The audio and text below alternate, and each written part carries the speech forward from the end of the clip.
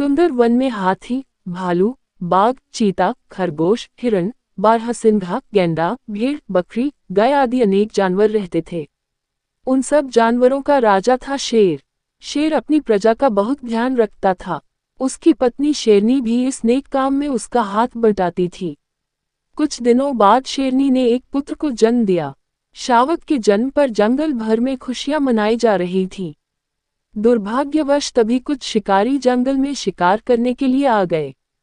सभी जानवरों को एक स्थान पर जश्न मनाते देख वे फूले न समाये।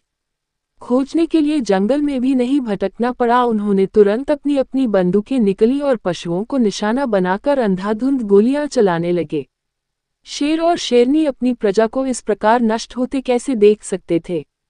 अपनी प्रजा की रक्षा के लिए वे अपने प्राणों का मोह त्याग कर शिकारियों से भिड़ गए।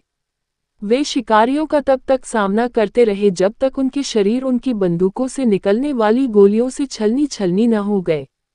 शेर शेरनी के वीरगति को प्राप्त होने पर उनका पुत्र शावक अनाथ हो गया। कुछ जानवरों ने तो उसे मनहूस कहना शुरू कर दिया। उनके अनुसार जन्म लेते ही वह अपने माता पिता और प्रजा के प्रिय राजा रानी को खा गया था। बहादुर को बेबस होते देख एक भेड़ को उस पर दया आ गई।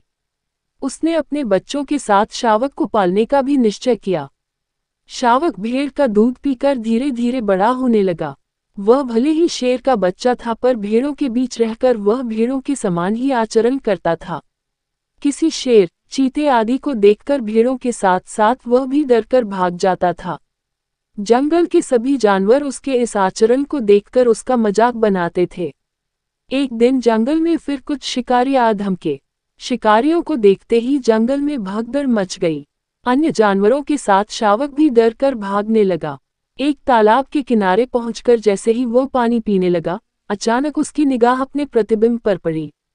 वह आश्चर्यचकित रह गया। उस दिन पहली बार उसने जाना कि वह तो शेर है। उसे इस बात का दुख था कि अभी तक उसने कभी अपनी परछाई की ओर ध्यान क्यों नहीं दिया था। आज पहली बार उसे अपने अंदर शक्ति का संचार होता प्रतीत हो रहा था। साथ ही उसे आत्मग्लानि भी हो रही थी कि शेर होते हुए वह भेड़ों जैसा आचरण करता रहा। इसका उसे एक ही प्रायश्चित नजर आया।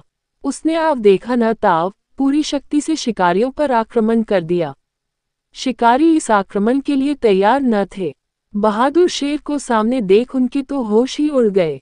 देखते ही देखते शेर ने शिकारियों के चित्ते उड़ा दिए। आज उन शिकारियों को मारकर मानो उसने अपने माता पिता के खून का बदला ले लिया था। जंगल के सभी जानवरों ने बहादुर शेर को सिर आंखों पर बैठाया। एक स्वर में सभी ने उसे अपना राजा घोषित कर दिया। बहादुर शेर इस समय सोच रहा था कि कोई भी प्राणी जब तक अपनी शक्ति और क्षमता को नहीं पहचानता तब तक कायरों का सा आचरण करता रहता है, और जिस दिन वह अपनी शक्ति को पहचान लेता है उस दिन उसके लिए कुछ भी असंभव नहीं रह जाता।